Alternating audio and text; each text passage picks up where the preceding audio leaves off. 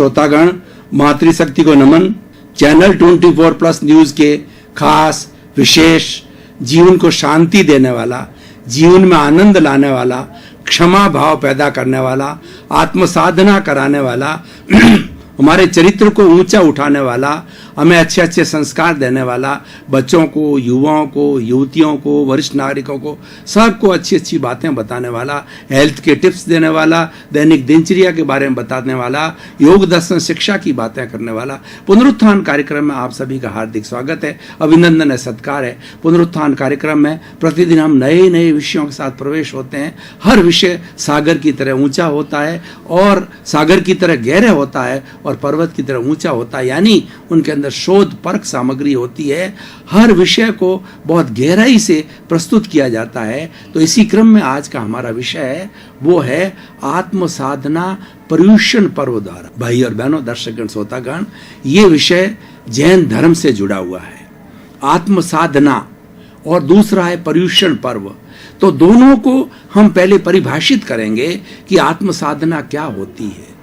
आत्म साधना का अर्थ होता है कि हमारे भीतर जो विराजमान शुद्ध आत्मा भगवान है, भीतर हमारा जो प्रभु विराजमान है, उसकी साधना करना, उसका इंट्रोस्पेक्शन करना, उसका रियलाइजेशन करना, उससे वार्तालाप करना, उसको रिझाना, उसका आशीर्वाद लेना कि आखिर हम जो संचालित हो रहे हैं वो कौन सी शक्ति है, उस शक्ति का अस्तित्व पता करना। यानी दूसरे साफ साफ शब्दों में कहा जाए तो मैं कौन हूं, इस बात की खोज करना है, ये आत्म साधना है। अगर हम खोज करने के लिए निकलेंगे तो हमें पता पड़ेगा कि मैं चेतन आत्म तत्व हूं। चेतन आत्म तत्व किसे कहा जाता है? जो असंख्य चेतना में परमाणुओं के पिंड को आत्मा कहते हैं। और आत्मा को जीव, आत्मा कई शब्दों से पुकारा जाता है, लेकिन मूल इसका जो परिभाषा है, मूल इसका जो परिचय है, वह यह है कि ये चेतना होती है जो सुख दुख का अनुभव करती है, जिसके कर्मों का बंधन होता है, जिसके ग्रोथ होती है, जिसके प्रजनन होता है, जिसमें संवेदनशीलता होती है। इस तरीके से 9 इसके जो कैरेक्टरिस्टिक बताए गए हैं कि जिसमें ये होते हैं, चेतना के तत्व होते हैं, वो चेतन तत्व कहलाता है, वो आत्म तत्व कहलाता है। और ये आत्म तत्व जो होता है, अगर हम गीता की भाषा में बात करें तो गीता में कहा गया है कि जिस तरीके से हमारा कपड़ा बहुत पुराना हो जाता है, उस कपड़े को हम उतार करके फेंक देते हैं, उसी तरीके से ये आत्मा जिस शरीर में होती है और उसका आयुष्य कर्म पूर्ण हो जाता है, तो इस जीर्ण शीर्ण शरीर को छोड़ करके वो दूसरा शरीर धारण कर लेती है। यानी कि आत्मा जो है 84 लाख जीवा योनि के अंदर घूमती रहती है, मूवमेंट करती रहती है। इसका कारण यह है कि वह इस समय के अंदर किसी के साथ कुछ न कुछ जो है अच्छा या बुरा, राग या द्वेष और या पुण्य और पाप और कुछ जो है किसी को दुख देने की प्रवृत्ति कर लेता है। तो दुख देने की प्रवृत्ति करने के लिए वह पाप का अर्जन कर लेता है और कई किसी के साथ अच्छा व्यवहार करने से पुण्य का भी अर्जन करता है। तो पुण्य और पाप दोनों को हटा करके मुक्त होना, यानी चेतन तत्व के साथ के अंदर जो पुद्गल तत्व मिला हुआ है, जो मैटर मिला हुआ है, उस मैटर को अलग करना है, ये आत्म साधना का मुख्य ध्येय होता है। अब पर्युषण पर्व क्या है, ये हमें देखना है कि हमारा भारत जो है एक रंगीला देश है और यहाँ पर 365 दिन जो है उत्सव आते हैं, 365 दिन या पर्व आते हैं, 365 दिन या व्रत रखे जाते हैं, क्योंकि भारत की संस्कृति कही जाती है कि यूनिटी अमॉन्ग द डाइवर्सिटी। यहाँ पर बहुत सी जातियाँ हैं, बहुत से धर्म हैं और बहुत से मतांतर है, तो वो सभी मिलकर के अपना अपना उत्सव मनाते हैं, क्योंकि भारत के संविधान में सबको धार्मिक स्वतंत्रता है। यहाँ कोई धार्मिक बाध्यता नहीं है, धार्मिक पाबंदी नहीं है, ये हमारे संविधान में लिखा हुआ है। जो व्यक्ति चाहे वो अपना धर्म का अनुसरण कर सकता है और जब चाहे तो धर्म बदल भी सकता है, कोई भी अपना सकता है। इसके अंदर कोई दबाव की बात नहीं होती है, वो उसका निजी मामला है और उसको स्वतंत्रता होती है। तो पर्युषण पर्व जैन लोगों के अंदर एक ऐसा पर्व आता है कि जो कि कार्तिक की 12-13 के से प्रारंभ होता है महीने की, और उसके बाद के अंदर ये जो है वो सावन की 12-13 को चालू होता है और भादवे की 5 को ये समाप्त। ये 8 दिन का जो कार्यक्रम होता है ये पर्युषण पर्व कहलाता है। पर्युषण का अर्थ होता है कि अपनी आत्मा के समीप रहना। जैन धर्म को मानने वाले लोग इन 8 दिनों के अंदर आत्मा की उपासना करते हैं, आत्मा के करीब रहते हैं, अपने दूसरे जो काम धंधे है उसको छोड़ करके और आत्मा के लिए प्रवचन सुनते हैं, व्रत रखते हैं, स्वाध्याय करते हैं और प्रतिदिन कुछ न कुछ आगम का जो सत्संग की जाती है उस सत्संग को सुनते हैं। उससे क्या होता है कि उनको रियलाइजेशन होता है, क्योंकि व्यक्ति जब अपने गृहस्थ के कार्यों के अंदर उलझा हुआ रहता है तो उसको आत्मा की साधना की विस्मृति हो जाती है। उस विस्मृति को हटा करके स्मृति करने के लिए ये 8 दिन का जो समय है वो जैन आचार्यों ने रखा है। भगवान महावीर के समय में संवत्सरी होती थी, केवल 1 दिन का समय होता था, वो जो कि चातुर्मास यानी ये जो कार्तिक की जो चातुर्मास जेठ की जो है 14 के दिन से प्रारंभ होता था, तो ये चातुर्मास प्रारंभ से 50वें दिन पर संवत्सर दिन साल में एक बार मनाया जाता था। उस दिन सारे दिन जो है जो गुनाह किए गए थे, जो लोग दोष किए गए थे 84 लाख जीवा योनि से, उसे क्षमा याचना की जाती थी, उसका प्रतिक्रमण किया जाता था, उसका प्रायश्चित किया जाता था, उसका मिच्छामि दुक्कडम किया जाता था। 1 दिन का था, लेकिन वो समय आज से 2600 वर्ष पुराना था और उस समय के अंदर लोग जो है बहुत सिंसियर हुआ करते थे और लोग नैतिक हुआ करते थे। लेकिन अब समय बदल चुका है, तो 1 दिन के अंदर व्यक्ति को इतनी स्मृति नहीं रहती है, तो आचार्यों ने इसको 8 दिन के लिए मना दिया गया। और पर्युषण को 8 दिन मनाने का कारण ये है कि कर्म 8 होते हैं और उसके बाद के अंदर जो है वो और भी कई चीजें हैं जिनसे जोड़ करके इसको 8 दिन का रखा गया है। और 8 दिन प्रतिदिन जो अलग अलग विषय के ऊपर जो आत्मा के विषय होते हैं उन विषयों पर जो है चर्चा की जाती। जैसे क्षमा भाव को लीजिए, उस दिन पूरे दिन क्षमा भाव करने की चर्चा की जाती। संवत्सरी का जो दिन होता है उस दिन जो है पूरे दिन पोषित करते हैं जो श्रावक लोग होते हैं, और वो पोषित करके और वो पूरा 1 दिन के लिए साधु बन जाते हैं और सारी आत्मा आलोचना करते हैं कि मैंने किसके साथ में क्या क्या जो दोष किए हैं, क्या क्या पाप किए हैं, उसकी आलोचना की जाती है। तो भाई और बहनों, दर्शकगण, श्रोतागण, पर्युषण जो है एक आत्म साधना का पर्व है। हमारे यहाँ पर बहुत से ऐसे पर्व होते हैं जो खाने पीने के होते हैं, मौज शौक के होते हैं, शहर सपाटे के होते हैं, लेकिन ये पर्व ऐसा होता है इस दिन उपवास किया जाता है। इस पर्युषण पर्व के दिन व्यक्ति भीतर की दुनिया के अंदर ज्यादा रहता है, क्योंकि पर्युषण का अर्थ ही होता है कि आत्मा के समीप रहना। आत्मा के समीप हम कब रहेंगे? आत्मा कहाँ है? आत्मा कहीं बाहर दिखाई नहीं देती। वैसे तो आत्मा का शरीर होता ही नहीं, अशरीरी होती है, ये अनुभव जन्य होती है और अनुभव हर व्यक्ति करता है, क्योंकि उसके भीतर के अंदर एक आत्म तत्व है। वो आत्म तत्व है शरीर के हर एक सिस्टम को, एक कोशिका को है वह एनर्जी देता है, एक कोशिका को वो शक्ति देता है, उसी से ही ये शरीर संचालित होता। अनुभव हर प्राणी को आत्मा का अनुभव होता है, लेकिन शब्दों में नहीं कहा जाता, कहीं कहा जा सकता। कबीरदास जी ने ठीक कहा है, आत्म अनुभव बात की जो कोई पूछे बात, सो गूंगा गुड़ खाई के कहीं कौन मुख स्वाद। आत्मा के अनुभव की बात हम शब्दों में व्यक्त नहीं कर सकते, अनुभव कर सकते हैं। गूंगे व्यक्ति को गुड़ दे दिया जाए तो वो महसूस तो कर रहा है कि गुड़ मीठा है, लेकिन वो बोलने की जो उसके जो सेंस है वो कट चुका होता है, इसलिए बोल नहीं पाता। वो कहता आ ऐसा करता, मतलब ये जो अच्छा है, ये जो है मीठा है, लेकिन वो शब्दों के अंदर व्यक्त नहीं कर सकता। इसलिए आत्मा की बात को शब्दों में व्यक्त नहीं किया जा सकता है, आत्मा की बात को अनुभव किया जा सकता है।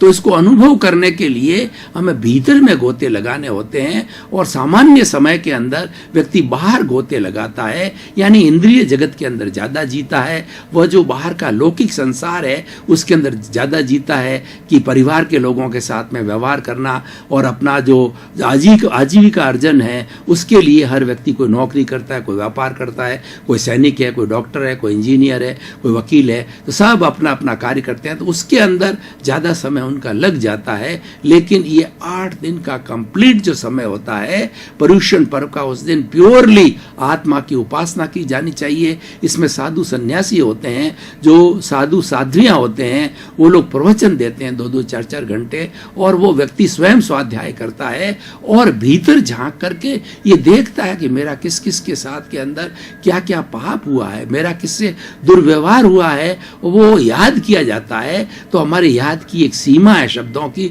हो सकता है कि हम याद करने वो चीजें जो हमने किसी न किसी जन्म के अंदर कर ली हो, तो कोई बात नहीं है। हम जो है उसका एक सिस्टम है, हमारा जो प्रायश्चित और प्रतिक्रमण करने का एक सिस्टम है जो हमारे ध्यान में आ रहा है। एक्स की आत्मा, तो एक्स की आत्मा अगर हम उससे टेलीफोन से बात कर सकते हैं, पत्र व्यवहार कर सकते हैं, तो उनसे हम क्षमा मांग सकते हैं। उस पर्टिकुलर अवधि के अंदर मैंने आपको ये कष्ट दिया, तो मैं क्षमा चाहता हूं, मुझे क्षमा करें, ये कहा जाता है। और वो भी संभव नहीं, और पता नहीं हमने कितने कितने जन्मांतर किए हैं, उसके अंदर किस किस के साथ के अंदर क्या क्या हमने दुर्व्यवहार किया है, क्या क्या पाप किया, क्या क्या दोष किया, उसका भी सिस्टम है। उसका सिस्टम क्या है वो भी इस पर्युषण पर्व के दिन का किया जाता है कि हमारी इस 84 लाख जीवा योनि की जितनी भी आत्माएं हैं वो अव्ययवाद आत्माएं, उनको याद किया जाता है।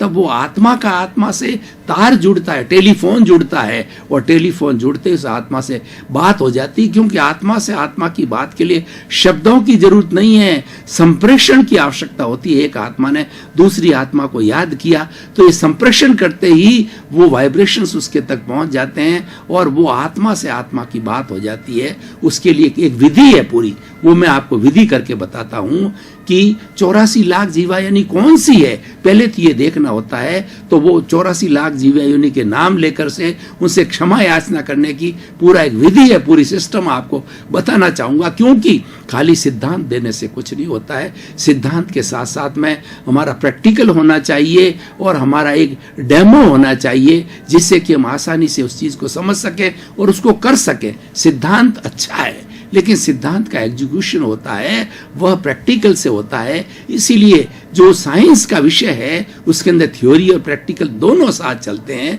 थ्योरी सिद्धांत है और प्रैक्टिकल उसका एग्जीक्यूशन है, उसको कैसे किया जाए, किस तरीके से प्रूव किया जाए, तो वो मैं बताना चाहता हूं कि 84 लाख जीवा योनि किस तरीके से हो गई। 7 लाख पृथ्वी का है, 7 लाख का है, 7 लाख तेजस का है, 7 लाख वायु का है, 10 लाख प्रत्येक वनस्पति का है, 14 लाख साधन वनस्पति का, 2 लाख बेंद्रिय, 2 लाख तेंद्रिय, 2 लाख चतुरेंद्रिय, 4 लाख नारकी, 4 लाख देवता, 4 लाख तिरेंज पंचेंद्रिय, 14 लाख मनुष्य की जाति, 4 गति, 84 लाख जीवा योनि के प्राणियों को संसार रूपी नाटक के प्रारंभ से अध्यक्षण पर्यंत किसी भी प्राणी से मेरे द्वारा मन से, वचन से, काया से, करने से, करवाने से, अनुमोदने से किसी भी प्राणी को मेरे द्वारा कोई कष्ट पहुंचा है, तो उन समस्त प्राणियों को मैं आह्वान करता हूं, निवेदन करता हूं कि आप आइए और मुझे क्षमा कीजिए। मैं आप सभी को क्षमा करता हूं, आप मुझे सभी एनओसी दीजिए और मैं आप सभी को एनओसी देते हैं। जब 84 लाख जीवा योनि की जो सारी आत्माएं एनओसी दे देते हैं, तब ये आत्मा रिक्त होकर के और सारे दोषों से मुक्त होकर के ये सिद्ध बुद्ध मुक्त बनती है। तो इस तरीके का वार्तालाप करने से 84 लाख जीवा योनियों तक ये टेलीफोन ये चला गया, ये मैसेज चला गया। तो वो क्या, क्योंकि अव्ययवाद आत्मा कहा जाता है। मेरी आत्मा अव्ययवाद है, मेरी शुद्ध आत्मा किसी को कष्ट नहीं देती है, ये इसकी कैरेक्टरिस्टिक है, ये इसकी प्रॉपर्टी है। उसी तरीके से हर प्राणी की शुद्ध आत्मा किसी को कष्ट नहीं देती है। तो ये कहने से पूरे ब्रह्मांड के अंदर मेरे वाइब्रेशंस पहुंच गए और वो मुझे जो है क्षमा याचना जो है वो ये बार बार करना पड़ता है। बार बार करने से कई जो है जीवों तक ये एक साथ नहीं पहुंच पाती है, तो बार बार करने से कईयों के साथ में एक लॉट के अंदर एनओसी नहीं मिलती है, तो बहुत से लॉट में मिल जाती है। इस तरीके से हमारे पास ये मेथड है। प्रायश्चित एक ऐसा मेथड है कि हम किसी भी वक्त कर सकते हैं और ये करने से हमारा शुद्धिकरण होता है।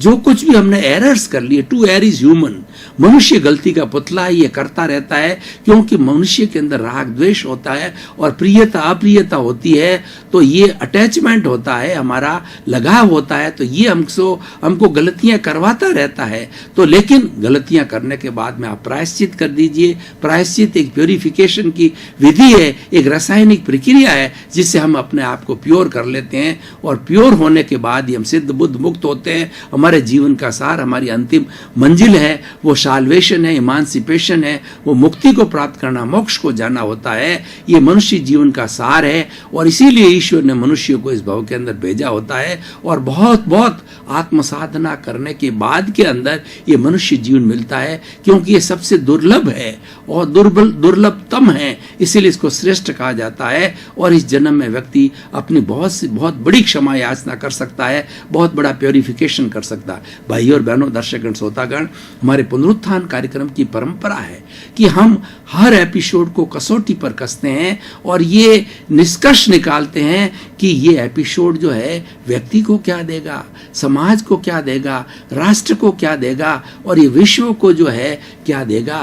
तो ये इतना सुंदर एपिसोड है कि व्यक्ति अगर समस्त प्राणियों से क्षमा याचना करे, प्रत्यक्षो प्रत्यक्ष दोनों विधि मैंने बताई, पर्युषण आराधना के अंदर ये विधि की जाती है और प्रतिदिन की जाती है, और उसके साथ साथ में बहुत सी बातें और की जाती, प्रतिदिन का विषय होता है। जैसे स्वाध्याय दिवस के दिन पूरे दिन तक आगमों का मंथन होता है, आत्मा के बारे में जाना जाता है, आत्मा के क्या गुण हैं और आत्मा के साथ में जुड़ा हुआ जो कर्म बंधन है वो क्या है, उसको किस तरीके से अलग किया जा सकता है। तप की साधना की जाते हैं, तपस्या क्या है, तपस्या क्यों करनी चाहिए, और तपस्या करने से को क्या क्या लाभ है। और इसलिए ध्यान का किसी दिन एक विषय होता है ध्यान का, तो मेडिटेशन करके भीतर ही भीतर गहरे उतरते जाते हैं। इस तरीके से जो 8वें दिन के अंदर अलग अलग विषयों के ऊपर जो हम मंथन करते हैं, जो कि आत्म साधना से जुड़े होते हैं। तो भाइयों और बहनों, दर्शकगण, श्रोतागण, कसौटी की बात हम कर रहे थे कि देखिए कि व्यक्ति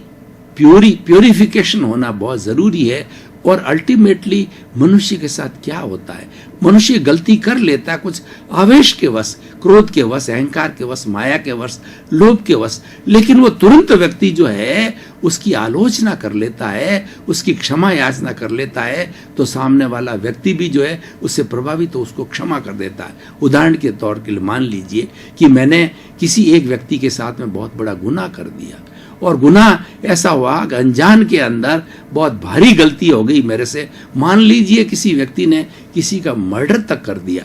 अब मर्डर के लिए क्या होता है कि पुलिस आती है, छानबीन करती है, कोर्ट में जाता है, उसको अरेस्ट किया जाता है और कोर्ट कर देता है।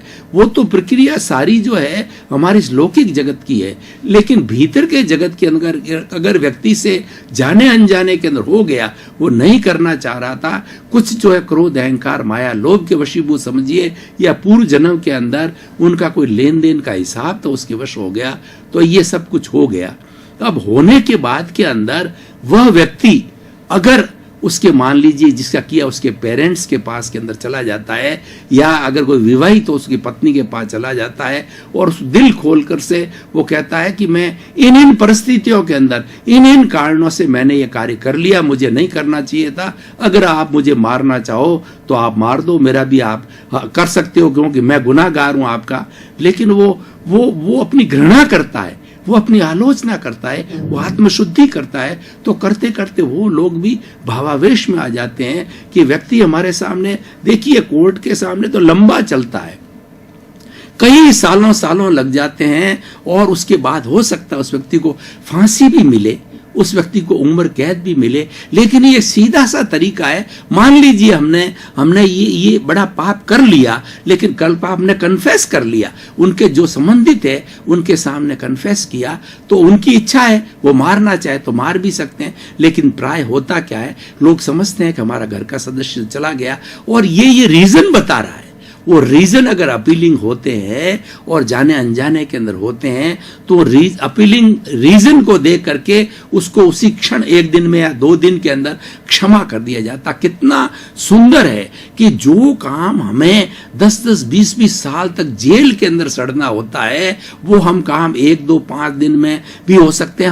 हम जानते हैं कि ये सजा जो है हमारी जो है फांसी की सजा के बराबर है, ये सजा हमें उम्र कैद की बराबर है। तो हमने जिसके साथ गुनाह किया है, जो उसके परिवार, जो तो चला गया जाने वाला, लेकिन जो उसके परिवार के सदस्य मौजूद है, उस गुनाह को हमने कन्फेस किया, उनकी मर्जी है, मारे तो मारे, फांसी दे तो फांसी दे, सजा दे तो सजा, जो कुछ भी करे, क्यों हमने वो कार्य कर लिया। लेकिन नॉर्मली जो है शुद्ध अंतःकरण से ये कार्य किया जाता है, ग्लानि के साथ किया जाता है कि मैं भविष्य के अंदर ऐसा नहीं करूंगा। ईश्वर से भी प्रार्थना की जाती है, उसको क्षमा मिल जाती है। तो भाई और बहनों, ये जो पर्युषण पर्व है ये आत्म साधना का सुंदरतम पर्व है। और इस सुंदरतम पर्व में हमारी गांठें, एक्चुअली हमारी जितनी भीतर क्या है कि हमारी गांठें पड़ी हुई है। तो इसीलिए रहीमदास जी ने कहा गया कि रहीमन धागा प्रेमकार मत तोड़ो छिटकाए, छिटकाए टूटे फिर ना मिले और मिले गांठ पड़ जाए। एक्चुअली क्या है, किसी भी व्यक्ति के साथ में हमारी गांठ पड़ जाती है, बोलचाल बंद हो जाती है, दूरियां हो जाती है और हम एक दूसरे को मिसअंडरस्टैंडिंग में आते हैं, समझ नहीं पाते हैं। और जो दूरियां बढ़ते बढ़ते बढ़ते हमारे शत्रुता का रूप लेती है, हम उसका चेहरा नहीं देखना चाहते, उसकी बात नहीं सुनना चाहते, और ये जो है बढ़ता, ये गांठ है। तो ये गांठ है, भीतर की गांठों को खोलने के लिए पर्युषण पर्व है कि आपकी जन्म जन्मांतर की गांठ है, कई लोगों के साथ पड़ी, जो वर्तमान में जो दिख रहे हैं लोग, आपके जो माता पिता है, आपकी पत्नी है, आपके जो है पुत्र है, या आपके कोई रिलेटिव्स है जिनके साथ आपका बुरा व्यवहार इस जीवन के अंदर हुआ है, अगर इतना भी कर लें तो बहुत कुछ है। और हम कुछ न कुछ करते हैं, और जो चीज हमारे ध्यान में है वो सारी जो है वो गुनाहों को कबूल करके और उस गुनाह को जो है हम स्वीकार करते हैं। दर्शकगण, श्रोतागण, भाई और बहनों, आपका बहुत बहुत धन्यवाद। पुनरुत्थान कार्यक्रम आप देखते रहिए, आपको आनंद आएगा, क्योंकि पुनरुत्थान में कार्यक्रम में सारे जो एपिसोड दिखाए जाते हैं जीवन निर्माण के होते हैं, व्यक्तित्व विकास के होते हैं, व्यक्ति के रूपांतरण के होते हैं, व्यक्ति को सुधारने के लिए होते हैं। हमारा पुनरुत्थान कार्यक्रम के केंद्र के अंदर व्यक्ति का निर्माण है,